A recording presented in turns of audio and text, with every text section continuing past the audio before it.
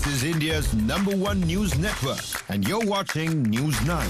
English news as it should be.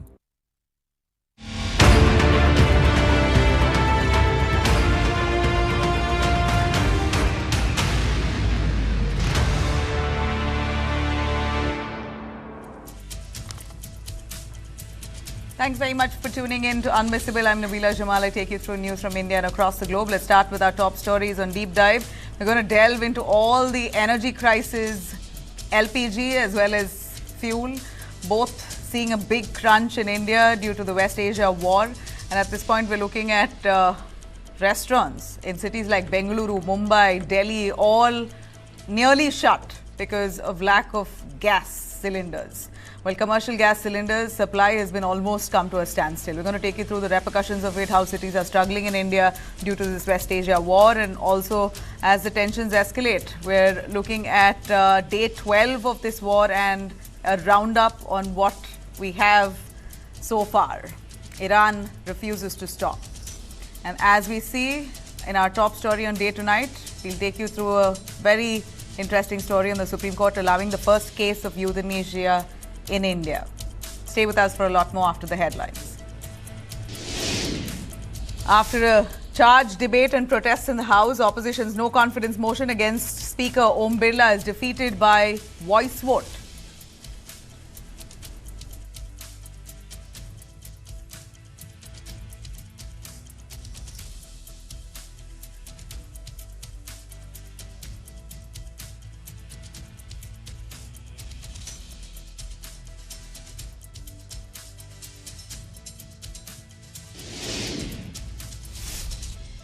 Flight from Hyderabad to Phuket makes a hard landing at Phuket, loses front nose wheel during landing. The flight operations is now resumed at the Phuket runway. All passengers are said to be safe, but indeed a shocking incident.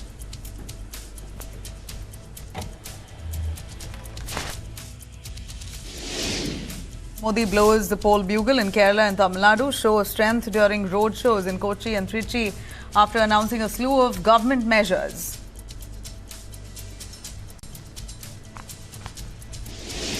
Census 2027 will be conducted in 2 phases to include transgender-headed households as well.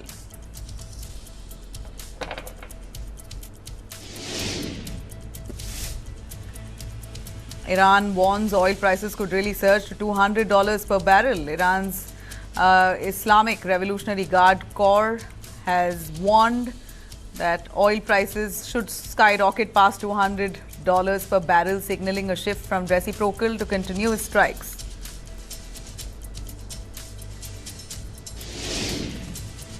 New Iranian leader Ayatollah Mojtaba, who's Khamenei's son, has now, we hear, been injured in this strike from Israel and United States, according to latest reports. He was injured during a strike that also killed his father. At the same strike, injured him 3 days after Mojtaba Khamenei succeeded his slain father as Iran's supreme leader. He's not appeared on video or in public so far, not issued any written statement either.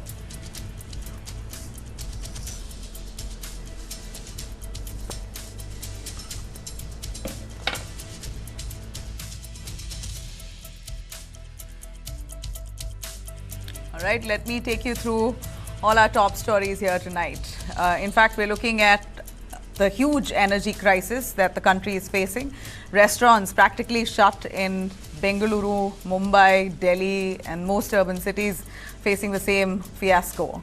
The impact of this war, thousands of kilometers away, continues to be felt in Indian restaurants and kitchens. Just look at these visuals that are coming in from the Mahadeva Gas Agency, Basti in Uttar Pradesh, where people there frantically getting their hand on a gas cylinder because they feel they're going to run out of cooking gas cylinder. This is the level of panic that's setting in, from railway stations to restaurants, kitchens, from canteens to hotel chains. India is now beginning to feel the squeeze of an LPG supply shock triggered by escalating tensions in West Asia. The Indian Railway Catering and Tourism Corporation has now asked its catering units to prepare contingency plans for a possible LPG shortage. In Uttarakhand, the government is even preparing to supply firewood to businesses if gas supplies worsen. Imagine cooking on firewood, and that's what's happening in Hyderabad now. It's happening in Bengaluru, where restaurants are literally using firewood. You see that in Hyderabad? India's kitchens now moving to firewood. Hotels in Chennai, a section of hotels and restaurants have already declared holiday altogether following the lack of commercial LPG supplies to establishments. Restaurants in Andhra Pradesh are warning shutdowns. Andhra Pradesh Star Hotels Association on Tuesday has appealed to the state government to ensure reasonable, uninterrupted supply of commercial gas cylinders as oil marketing companies are rationing. In fact, in Mumbai, people have begun turning to electric appliances already for quick cooking. In fact, the market there is witnessing a surge in purchases of appliances such as electric cookers, microwave ovens, toasters, grills, electric tawa, air fryers, electric steamers, and hot plates. This is what's being used. And even the Delhi High Court lawyers' canteen today, we hear, has stopped cooking full meals. In fact, they've written a letter to all the advocates saying don't expect main meals here in the canteen because there's no cooking, there's no gas to cook those meals, including dishes that are most popular in these court canteens, Delhi High Court, like biryani and dal makhani, shahi paneer, are all off the table, leaving customers in black robes, the advocates there, to make do with whatever lighter options such as sandwiches and salads. This is what we hear is happening at the Delhi High Court. Well, we know that a notice placed on the tables in the lawyers' canteen shows very clearly that this is to respectfully inform you that due to the unavailability of LPG gas cylinder at present, we regret that we are unable to prepare and serve the main course items in the lawyers' canteen. So you see it across cities. We're looking at a full crunch when it comes to commercial restaurants, basically commercial supply of gas cylinders. It seems like it's nearly halted.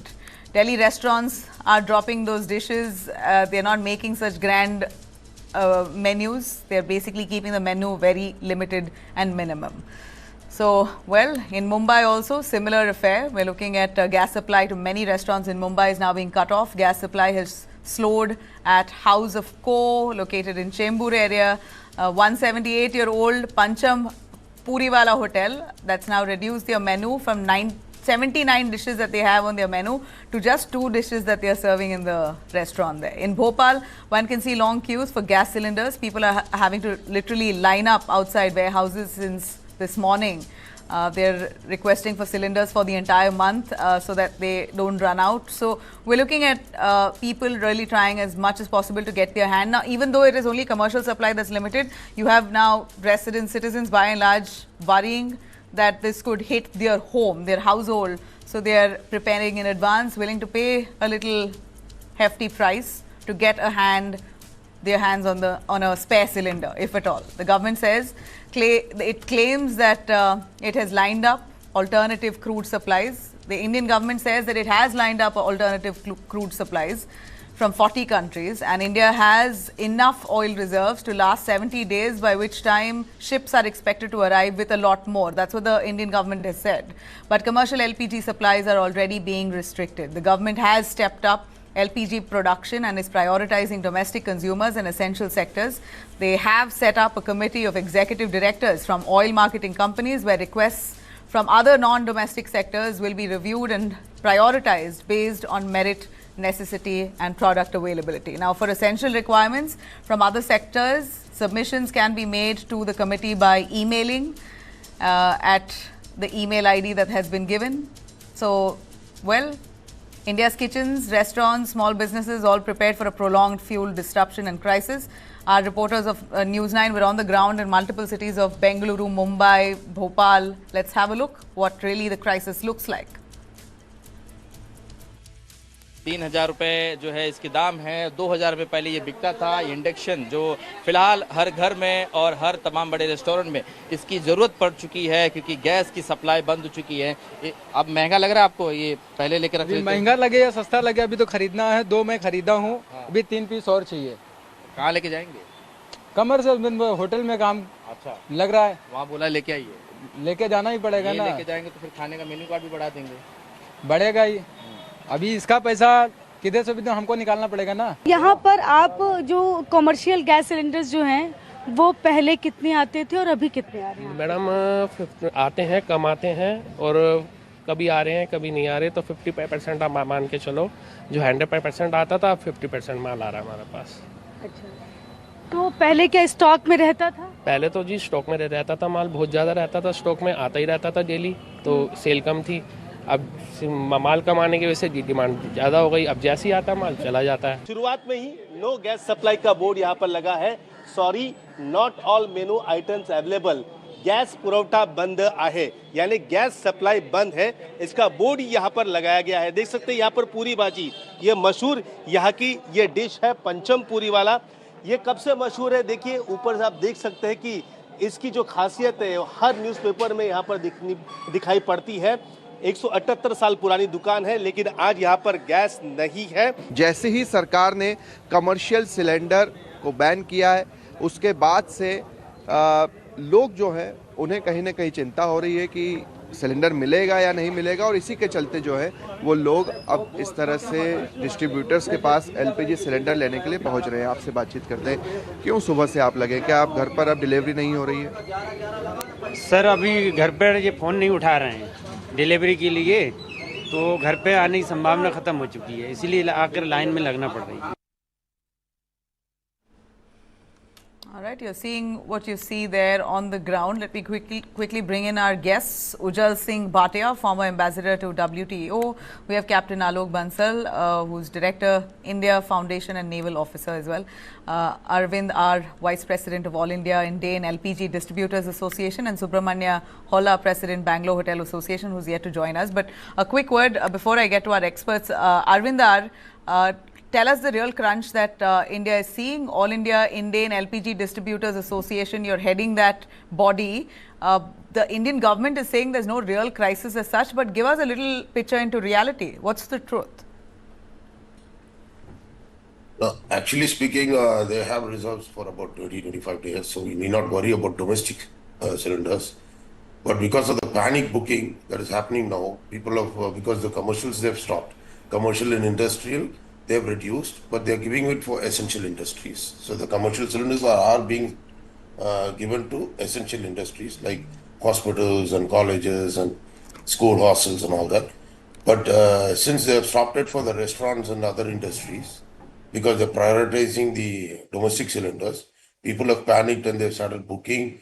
The normal book, it's more than 2.5 times the normal bookings and all that. So that has led to system crash. That has led to booking lines being busy, and so that has increased the panic, and people have started flooding the distributors. So we are actually telling them that do not worry, your supplies will be there, but don't panic and book, because bookings have increased. We have to deliver. So earlier we were giving it in 1 day, 2 days. Now it might have to go to 3 or 4 days because of excess booking. Other than that, I don't think there is any shortage of domestic cylinders. But yes, commercial cylinders, there is a little shortage because the government is prioritizing domestic cylinders. So the commercial cylinders are not being supplied to hotels and restaurants. When you say there is a little shortage, Arvind, we are seeing a lot of restaurants who've shut shop. In fact, and it's been day 3 now. Day 1 was day before when restaurants started raising an alarm. Yesterday, I believe, and day before, by 3 o'clock itself, most restaurants were shut. Right after lunch, they said we are not open for dinner. Yesterday, practically most restaurants in Bengaluru and Mumbai, no, I wouldn't say most, but a lot of restaurants said that they cannot serve because they don't have cooking gas.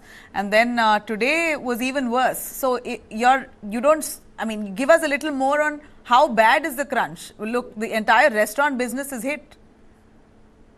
Yeah, the government has decided to stop for restaurants and some industries, but continuing to give it for essential industries. So I will sympathize with our restaurant owners and hotel owners, because yes, they will feel the pinch, but we have supplied them for the last 2 days, whatever stock we had.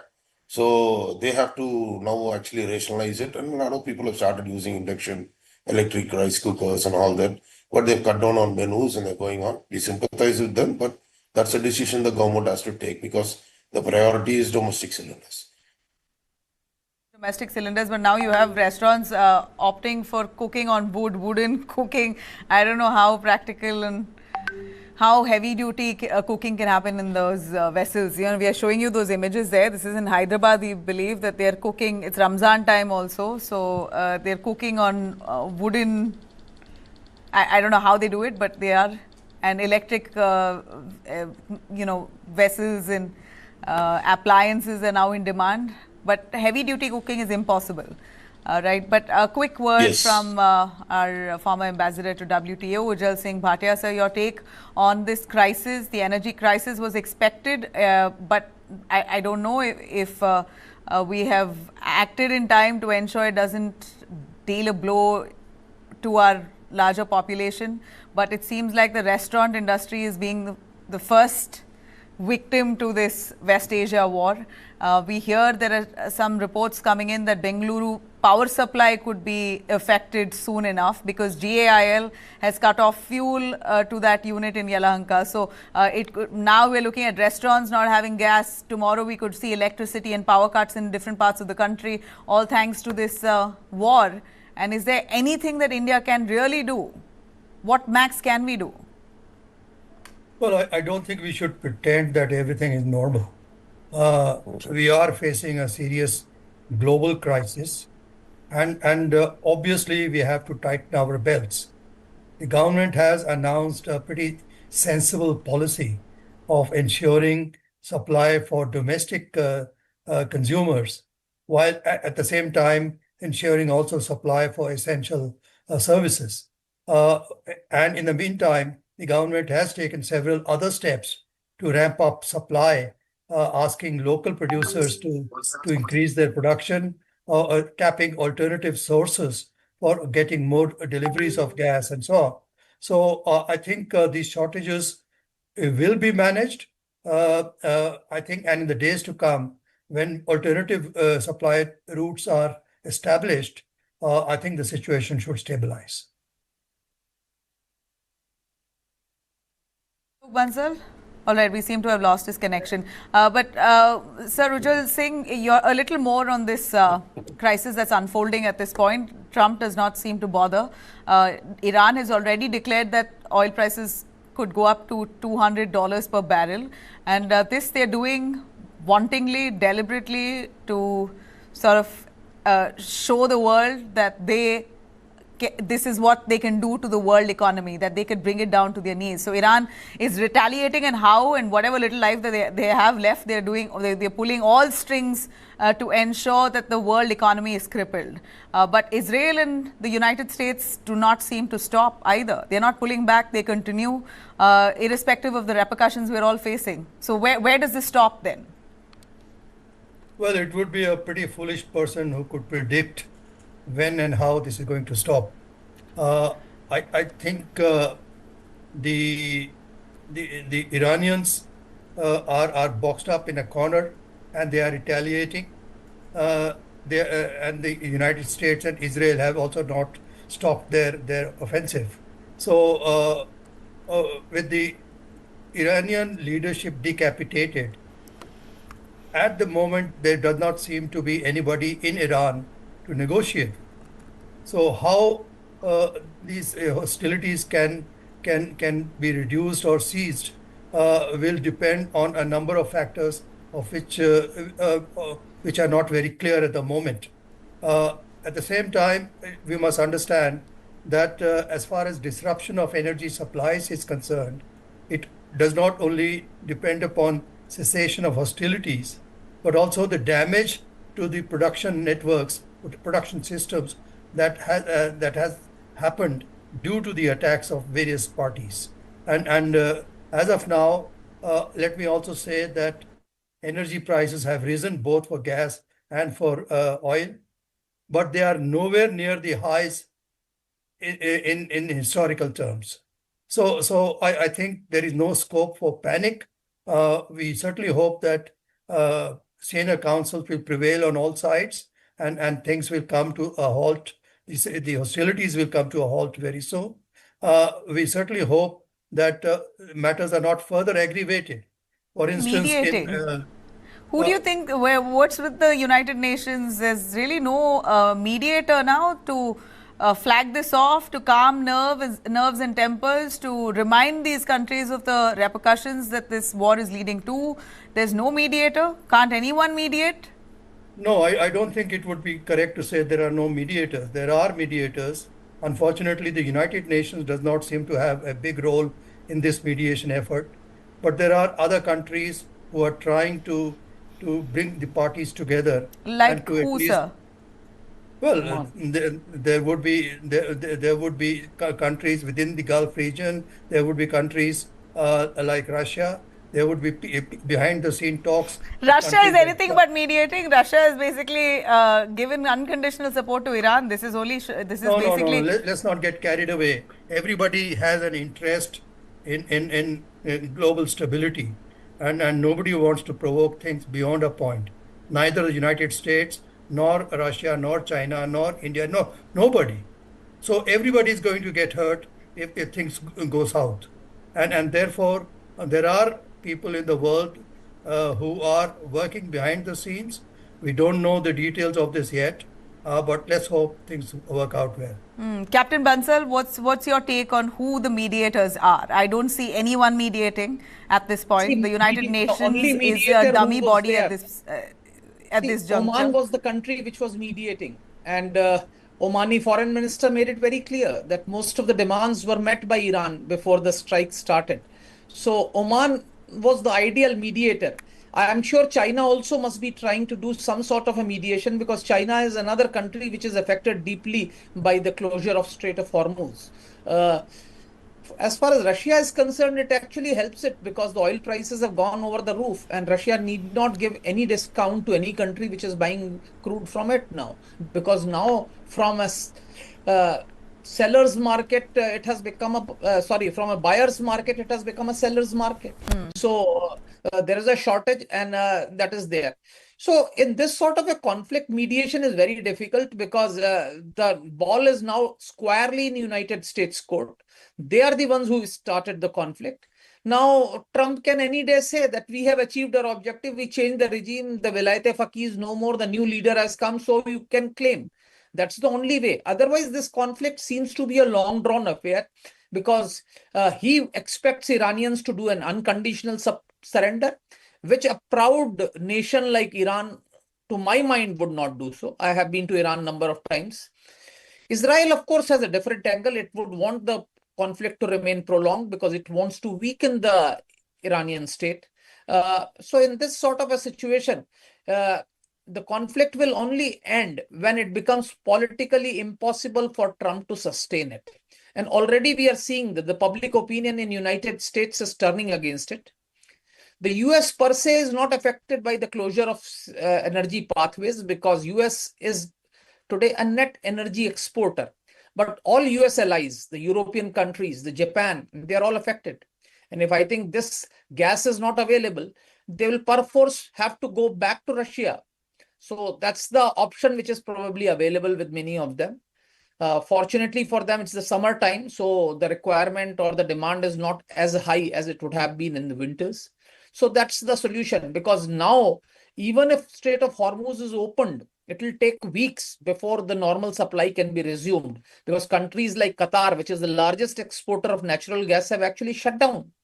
And it will take about 2 weeks to revive the production, because countries like Iraq have capped many of their oil wells because they don't have storage capacity, and no ships are leaving Persian Gulf. So there is a systemic failure at this point of time, and there is, of course, a shortage which we'll have to accept. But as far as India is concerned, we are not so badly off, because we have strategic reserves. We are also, at this point of time, before the closure of the strait, we were only importing around 20% of our crude from this area. The crisis is as far as natural gas is concerned, because natural gas is where we have a problem. And I think that is what the government is looking into, because I think even today, Reliance came out with an advisory saying that we are producing LPG, and we are actually ramping up our LPG production. We are actually trying to augment it to the best ability.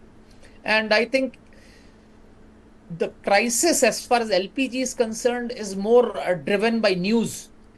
The panic that's been created. Let me fact check that with Subramanya Hola, who is the president of Bangalore Hotel Association. Subramanya, please tell me, this is just fear mongering that news is doing, and not reality in Bengaluru. In Bangalore, I would like to state one thing very clearly. In the last 2 days, I think not a single gas has been delivered by the gas companies here. So literally IOC and Bharat Petroleum and HP have stopped bottling plants and they have not been supplying gas to anybody in Bangalore. So people have stocks for the next 2 days and then we don't know what's going to happen. So you're saying there's a serious crunch. Then what? There is a serious crunch here because there is no gas available. The IOC is not giving it to its dealers also. If dealers are left with some cylinders, that is all we have. And after that, we don't have anything. See, Captain Alok Bansal, it's a reality on the ground. It's not as if... No, see, the commercial cylinders have been stopped. That's a government policy which has been made so that the domestic consumers don't suffer. But the crisis that you are seeing, where the queues you are seeing, where the panic you are seeing amongst the domestic consumers is basically news driven. Because I think no domestic consumer has been denied gas. The piped gas is still coming in most of the gas agencies. The cylinders are available. Of course, the gap between two cylinders has been increased in some places. But I think these huge queues that you are seeing in Basti and other places, I think this is more media driven, where panic has been created because I think domestic consumers have not been denied gas. Domestic consumers have not been denied gas, but then what happens to all those hostel goers or those who are staying in hostels or those who are relying on a close-by canteen, working professionals, bachelors, bachelorettes? What happens to all of them? Where do they get their food, right? This is not such a big crisis that is being made. It's a global crisis. We need to understand. I'm sure all educated people understand that there is a problem which cannot be resolved in short term. Government is trying to do its best. And I think there are alternatives. You have induction cooking, you have other modes of cooking available. And I think people are doing that. And as I said, the government is trying to ramp up. The refineries are trying to ramp up the LPG production. I don't think so there should be a major issue with LPG in course times to come. But LNG and wherever the natural gas is being used, that of course will have a problem because I don't think so natural gas supplies will be there. The industries, etc., which are dependent on natural gas. When you say natural gas, what are the sectors that could be affected? I think fertilizer is one sector which I think is dependent on natural gas. There are a lot of industries which are using natural gas. In fact, along the pipeline, there are a lot of industries which have come which are using natural gas as fuel. So they may be affected and they must be feeling the heat because I'm not sure how many LNG cargoes are coming now and how many LNG cargoes are due to come, which are already at sea. Because to the best of my knowledge, I think no LNG ship is leaving Persian Gulf at this moment. And since Qatar has already shut it down, so it will take at least 2 weeks before it can start. And that Qatar can only do when the traffic starts moving through the Strait of Hormuz. And closure of Strait of Hormuz is something which Iran had always said. So when United States carried out this attack, they did know that they are going to do something which is going to create a problem because Iran does not have the wherewithal to counter US and Israel as far as armaments are concerned. But its geostrategic location had given it that advantage that it had always threatened that should there be an attack, it would expand, it will attack all those countries from where the attacks are coming, plus it will close the Persian Gulf. And that's what they have done. So unless, of course, there is some stoppage and some action by the United States, I don't think so the Persian Gulf is going to, the traffic is going to resume. So it seems to be a long drawn war. And I think countries like India may consider mediating between the two warring sides because we are one of the few countries which have good relations with both the sides. Right. Sir Ujjal Singh, your a little take on Donald Trump, who's basically warning Iran to back off. If not, the country will be obliterated. Do you believe? And you said, yourself that one can't really expect what Trump comes with next. There's no anticipating what comes next. But just in your expertise and sense, if Iran is a country that at least is showing no clear signs of backing down as yet, and they've said it very clearly. They will die, but they will not back off. Until the last drop of blood, they will fight. They're doing that. But then, the US and Israel collectively are trying as much as possible to completely wipe out their military prowess. So far, that has not happened. So, do you believe that Trump will stop at any given point and pull back, just keeping in mind the civilian casualties or keeping in mind the larger repercussions around the world? Well, there are three players in this game. One is the United States, the other is Israel, and the third is Iran. Now, as far as United States is concerned, and I think Captain Bansal referred to this, the mediation will come from the financial markets of the United States. Once inflation takes hold, gasoline prices go up, grocery bills rise, there will be repercussions, political, and these repercussions will feed into financial markets, specifically the bond markets in the United States. And once that contagion takes hold, it is a very difficult situation for President Trump because the November midterms are coming up in a few months, and the Republicans will be pressurizing him to settle this issue. As far as the Israelis are concerned, for them, Iran is an existential threat, whether it is for its nuclear ambitions or for the surrogates that it has in the Middle East, like the Hezbollah, the Hamas, and so on. So whether Israel will synchronize with the United States in cessation will remain to be seen.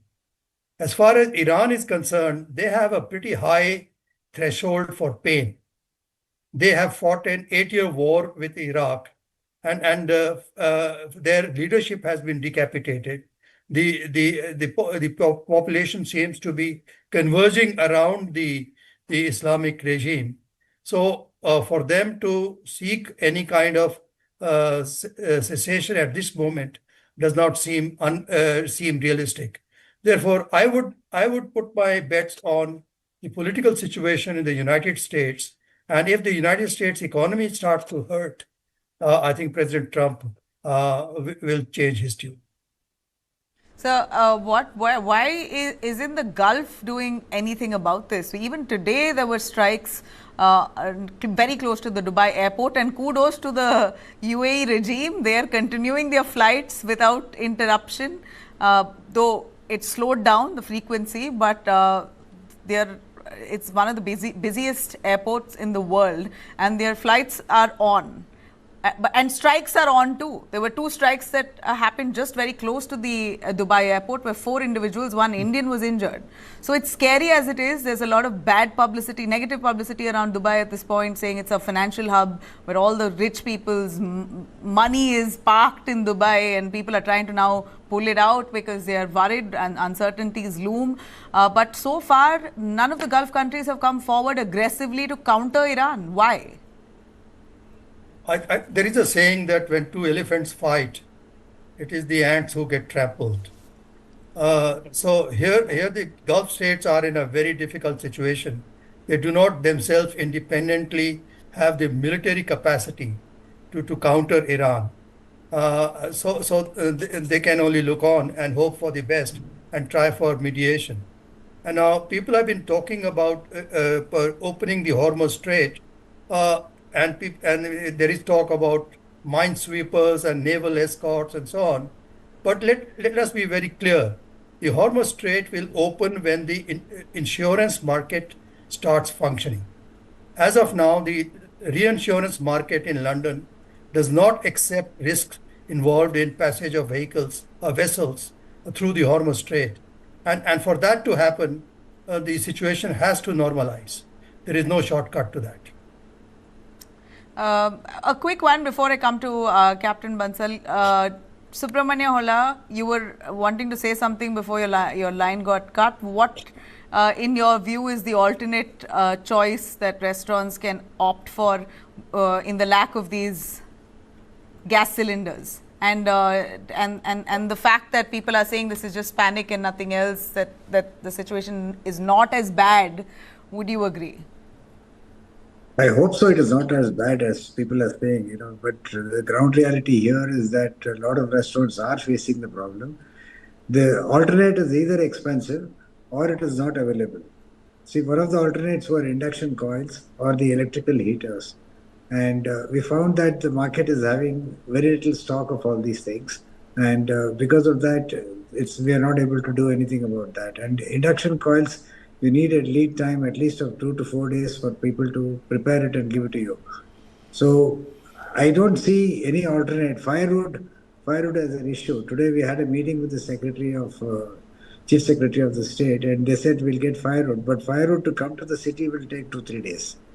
So firewood is not an option today in the kitchens because it is so difficult for us to give a place for firewood in the kitchen. The kitchen becomes very unhygienic. So these are all a lot of issues which we are facing now. Of course, we are looking at alternatives, but on the immediately we don't have really anything about alternate. And whatever little we have, few hotels can do. The biggest problem we are facing is most of the restaurants don't have electricity power because they are in a rented building, and in the rented building they have limited power. So even to put electric, they don't have the power supply. Yeah. So the Chief Secretary today has promised we'll do something about it. Let us see what happens. This charcoal, wood cooking and all that, how much load can it take? Today's kitchens are not designed for all these things. It is not at all designed for charcoal, wood or anything. So we have to find an alternate place for these to be prepared. These high-end restaurants that are using electrical appliances, do you think that can balance the load? Even the high-end restaurants are not using electrical equipment. They are also dependent on gas. Maybe a small percentage of their cooking is with electric. They can manage with the electrical food, whatever you can give but wherever you need gas, to do an alternate, at least you need a week or a 10 days lead time.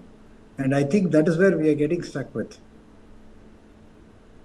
Well, Captain Bansal, there you have it. The more I get out of our Hotels Association person, the more the problem seems a lot more amplified. I don't know how long this will last, and I don't know if, see, we're not blaming the Indian government because it's a scenario that was unexpected. They're doing what they can, but yeah.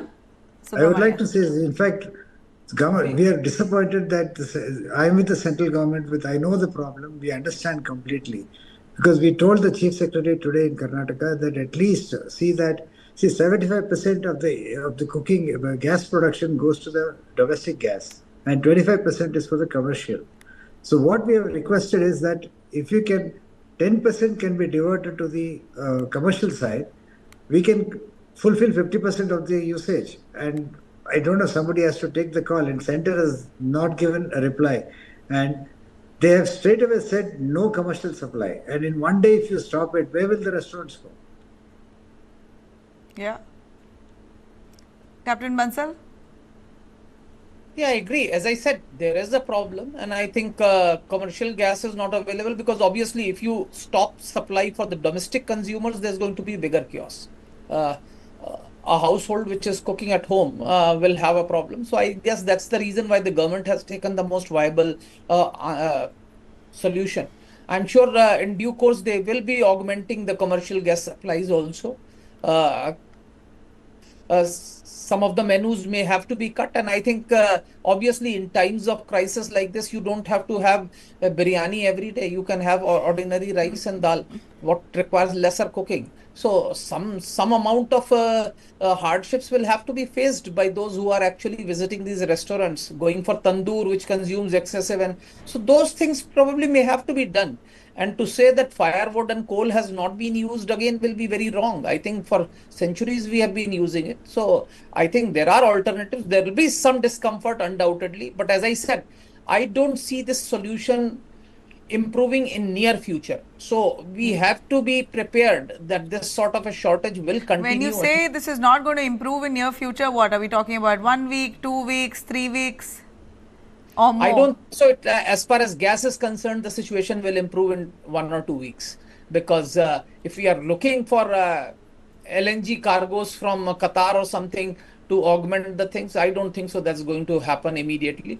I personally do not visualize any shortage of crude as far as India is concerned.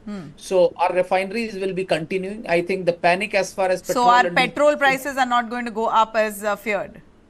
No, petrol prices may go up because the crude prices are rising. The rising price is actually a factor of market. If you are getting a crude for more than $100, obviously the price of petrol and diesel will be higher because the input costs are more. So rising prices. If we have to compare this kind of stark reality that we see in Pakistan, okay, of course we are far more superior, more well planned, our economy is doing well. It's the opposite for Pakistan.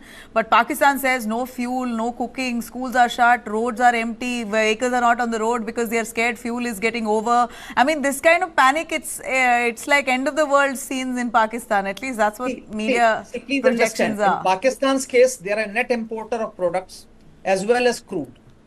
In our case, we are a net exporter of products. We have over refining capacity. So as long as we get crude, we will never have a shortage of products. Please understand. So that's not the case. Pakistan imports diesel as well as crude. Secondly, in Pakistan's case, most of the urban cities have got piped gas. So once you actually shut down the piped gas, then it creates a huge problem, because piped gas doesn't make a distinction between who's a commercial consumer and who's a domestic consumer, at least as far as they are concerned. So that's where the problem is, because the gas pipelines are being shut down, then the domestic consumers also suffer. And in Pakistan's case, the diesel storage capacity is extremely limited. Their refineries were already having a problem. So Pakistan, as far as oil is concerned, has a systemic problem. So as far as India is concerned, I don't visualize a problem as far as products are concerned. Neither diesel nor petrol is going to run out. Now, rising prices is the market phenomena. You will see rising prices at least for the time being till US can bring Venezuelan crude into the market, or the countries like UAE and Saudi Arabia can augment the export through their terminals which are outside Persian Gulf, like in the case of Fujairah, in the case of UAE, and for Saudi Arabia, the Red Sea terminals, where they've got pipelines to bring the crude to that places. So I think crude is not a bigger problem. I think LNG in the short term is definitely a problem. We'll have to really look for alternative sources of LNG. I'm sure government must be looking, and they must be tying up. Our government has always been very proactive, and I think you would see that some LNG cargoes would be coming from destinations which we have hitherto not tapped. Chandra Prakash could probably give us a final word of assurance. Chandra Prakash, any word from the central government on how this problem could be eased?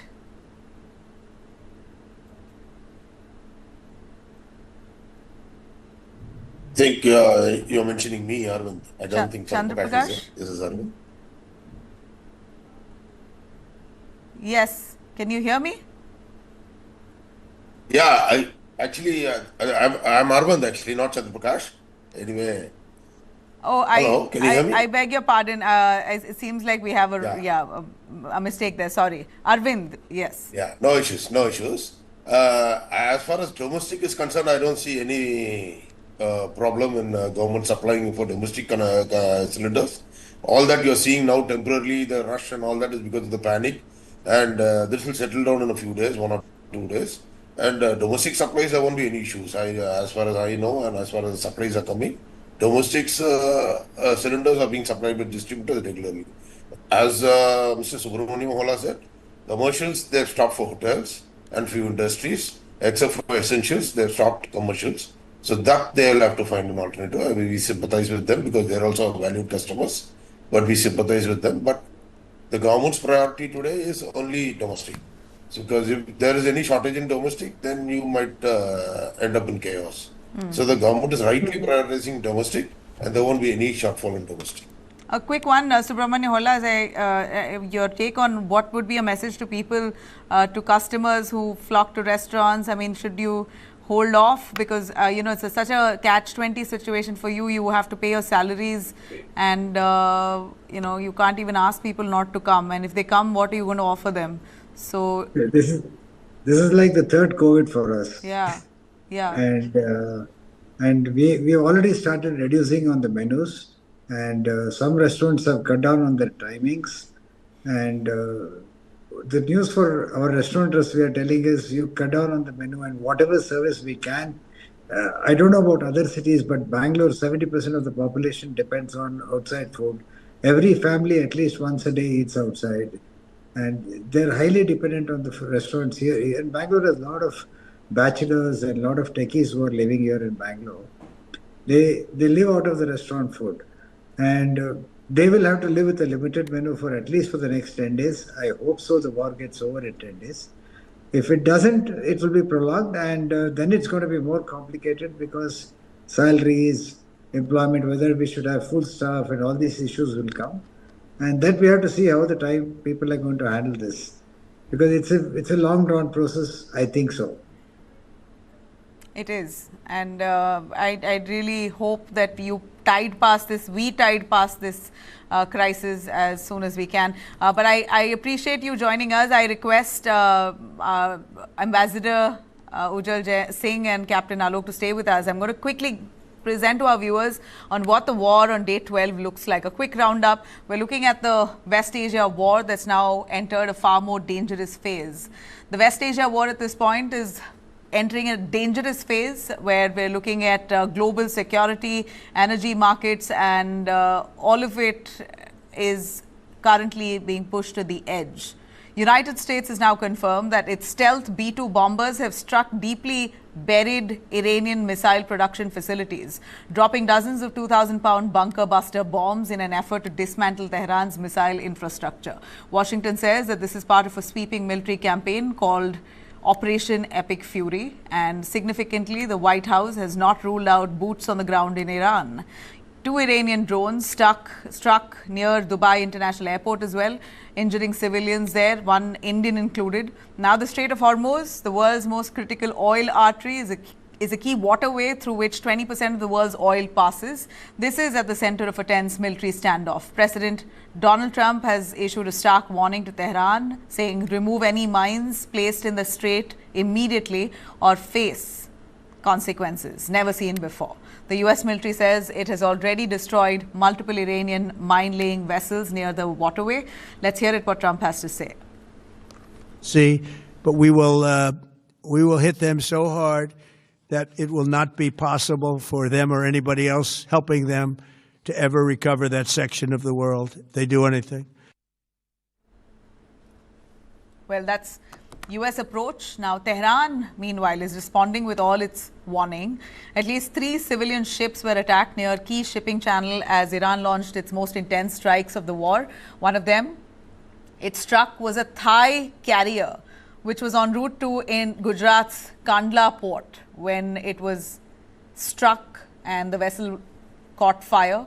It took a long while. In fact, nearly 20 people were rescued from that ship, and the fire was doused. But it clearly looks like Iran now targeting key assets of all countries, neighboring countries at this point. MEA has confirmed 2 Indians have been killed in this attack where this Thai ship was targeted. Senior Iranian leader Ali Larijani has said that the Strait of Hormuz will either remain a route of peace and prosperity or become a channel of defeat and suffering for what he calls warmongers.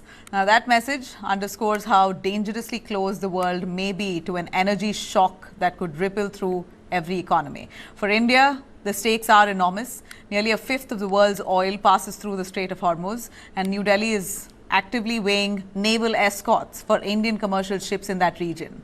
External Affairs Minister S. Jaishankar has held detailed conversations with Iran's Foreign Minister as India scrambles to safeguard its energy lifeline and maritime trade routes and Indian sailors. Markets are already reacting. Oil prices are now swinging widely, dropping and surging within hours as fears of supply disruptions collide with reports that the International Energy Agency may release the largest emergency oil reserves in history to stabilize global markets. So how does one secure the Strait of Hormuz? Is this likely will remain open or become the flashpoint of a global energy crisis, which it already appears to have become? Are there alternative routes that India can explore? Also, India has said the LPG problem will get sorted within 25 days till ships start arriving from their origins. But where is this really coming from? Now, a quick one on that. Ujjal Singh, Ambassador, your take on Iran and the United States. I've asked you this question in the start of our debate itself, but why don't you give us a little sense on the kind of targets that the US is handpicking in Iran to bomb it? Like their missile infrastructure is strategically being targeted. There's no question that the US and Israeli intelligence is very strong. They probably have boots on the ground in Iran, and they're going right at the target. But as much as they say it, as much as we're seeing all of this publicity on news media, international media, Iran is still fighting. So if they've really got their critical infrastructure, where are these missiles coming from? It can't be as if Iran has been hiding so many. Well, let me answer it in a different way. The United States is picking its targets, but it's also interesting to see what it is not targeting. Specifically, the Kurg Island processes about 80% of Iran's exports, and that Kurg Island has not yet been targeted because the United States also has an interest in stability, in global stability of oil prices. So they are picking their targets very carefully, and let's see where that goes. As far as the Hormuz Strait is concerned, I don't think the solution is a military solution. I don't think naval escort ships can guarantee safety of passage. It has to be diplomacy. And the conversation that our External Affairs Minister had yesterday with Dr. Arakchi, the Iranian minister, was indeed very interesting. And if you see the Iranian readout of that conversation, it appears that it was a very constructive conversation. I hope that there are more such diplomatic reach outs to Iran from India, and hopefully they will lead to a situation where Iran will provide some assurances of safe passage for Indian vessels. A final word, Captain Bansal. As I started off asking you, who are the mediators in this war? I see if there's any potential, India has it. See, firstly, mediators, Oman was doing the mediation, and I think both Iranians trusted them. Iranians wanted them to mediate. India could be a mediator if India actually takes the initiative. That's possible. And let me be very frank, the naval escorts can escort the ships, but government must have the will. It will not ensure foolproof movement, but yes, government of India can escort Indian ships out, and Navy has the wherewithal to take them. There may be some damage, but we can easily counter them. But that would require deployment of naval ships going in and escorting merchant ships from there. They can provide they can defend ships to some extent. Mining can be, they can demine the waters. That's also feasible. Minesweepers can do that. So that feasibility is there, but that's a very high cost option. And not all ships can be defended. The Indian ships, we can take out Indian ships or the cargo which is coming to India. But the problem is that many of the production the countries where the production is taking place have actually shut it down, like Iraq, Qatar. So that is a problem. So we'll have to look for alternatives, because unless, of course, we can take the crude and gas out faster, you will see that most of these production wells and fields will shut down temporarily, and that will take a long time for them to start production again. Right. All right. I really appreciate both our guests. Thank you so much for sharing your views on this show. I slip into a short break on that note. We'll be right back with all our top stories on Day to Night. Stay with us.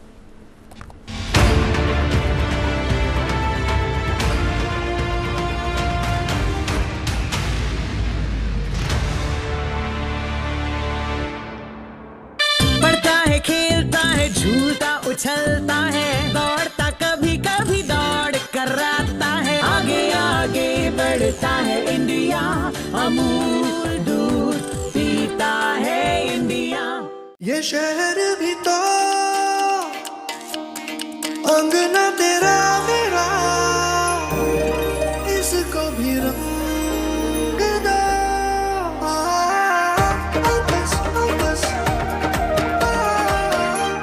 Birla Opus Paints.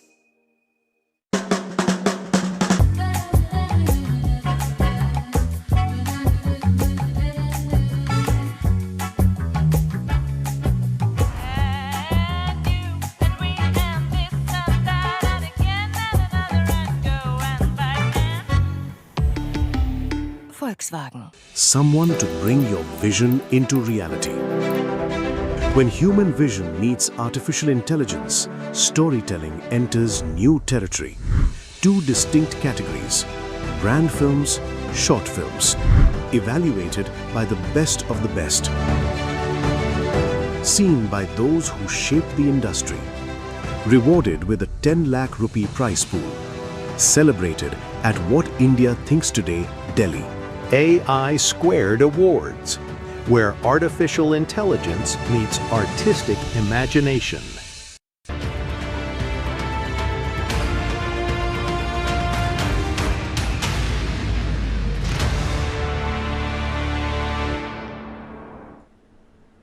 Now, as we see the war that continues, it's tragic that civilians in Iran are really bearing the brunt of this war.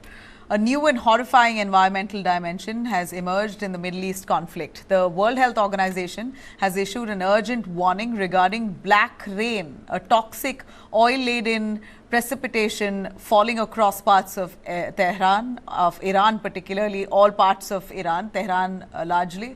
In fact, people of Iran have been asked to stay indoors as far as possible because of this thick black plumes of smoke that's emanating from areas that are targeted.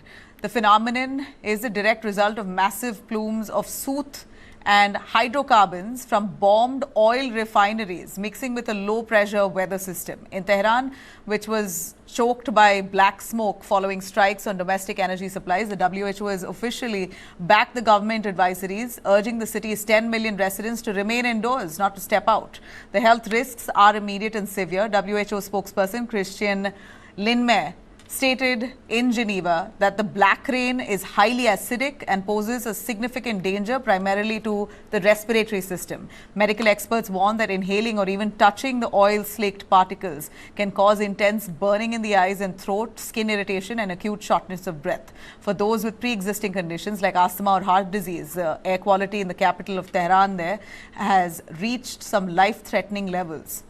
Environmental monitors are calling this systematic destruction of Iran's oil infrastructure a blatant act of ecocide. Experts at the Conflict and Environment Observatory warn that the damage will be dealt for decades, that people will be bearing this repercussion for years and years to come. Beyond the immediate air pollution, the fallout is contaminating the soil as well and precious water supplies in the country of Iran, already that is struggling now with a 6-year drought. The toxic chemicals seep into the ground. There are growing fears of long-term carcinogenic risks and permanent poisoning of agricultural land as well. Now, the environmental catastrophe is no longer contained within Iran's borders. The UN has raised concerns that the toxic pollutants, including sulfur oxides and nitrogen compounds, are spreading across the Middle East. With reports of retaliatory strikes now on oil facilities in Saudi Arabia and Bahrain, humanitarians warn of a wider regional pollution exposure that ignores national boundaries. Now, as one resident in Tehran describes the soot-covered streets, he says, the sky is dark just like our future. Now, in a decision of legal and ethical significance, the Supreme Court of India has for the first time authorized the withdrawal of life support for a patient in a permanent vegetative state. Basically, has granted euthanasia for the first time in India to this man. A bench comprising Justices J.B. Pardiwala and K.V. Vishwanathan granted the plea for passive euthanasia for this 32-year-old man, Harish Rana, who had remained in coma for over 13 years. He was just on liquids. This ruling marks the first practical application of the right to die with dignity framework established by the court's landmark common cause judgment, which was established in 2018. The case of Harish Rana is one of immense tragedy and parental devotion. In 2013, while a student at Punjab University, Harish suffered a devastating fall from the 4th floor of his accommodation, resulting in 100% quadriplegia and severe brain damage, which literally made him immovable. For 13 years, he has survived solely on clinically assisted nutrition, basically on liquids and hydration. that was delivered to him through tubes. His parents, who sold their home to fund his care, told the court that they could no longer bear to see their son in this state that merely prolonged biological existence without any hope of recovery or meaningful interaction. In its momentous verdict, the Supreme Court has held that the key question was not whether death was in the patient's best interest, but whether continuing life-sustaining treatment served his best interest. Now, the bench noted that both primary and secondary medical boards from AIIMS Delhi had described Harish's condition as irreversible with negligible chances of recovery. By allowing this withdrawal of treatment, the court emphasized that it was not an act of abandonment, but a humane decision to allow nature to take its course and preserve the dignity of the individual. The court has directed that Harish be admitted to the palliative care department at AIIMS Delhi, where the withdrawal of medical support will be carried out under strict supervision. The bench waived the mandatory 30-day reconsideration period as well, citing that unanimous opinion of all stakeholders was taken. While India continues to strictly prohibit active euthanasia, which is direct intervention to end life, today's ruling sets a clear judicial precedent for how the passive withdrawal of treatment should be handled, providing a light at the end of the long, dark tunnel for families in similar agonizing positions. Thanks very much for tuning in. Have a great night.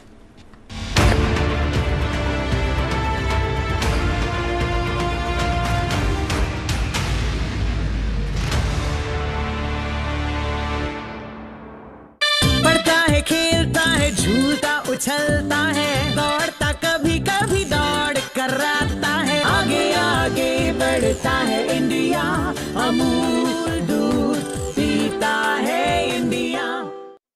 हमें स्वस्थ रखने वाली सारी चीजें ज्यादातर शुद्ध होनी चाहिए। सूर्य की किरणें और स्वच्छ पानी, वैसा ही है लाइन अरेबियन डेट्स और अब लाइन लाइना डेट्स।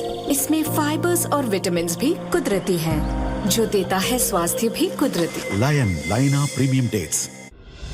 मंच है तैयार, क्योंकि वो घड़ी आ गई है जिसका पूरे साल रहता है इंतजार। Money 9 financial freedom summit 2026।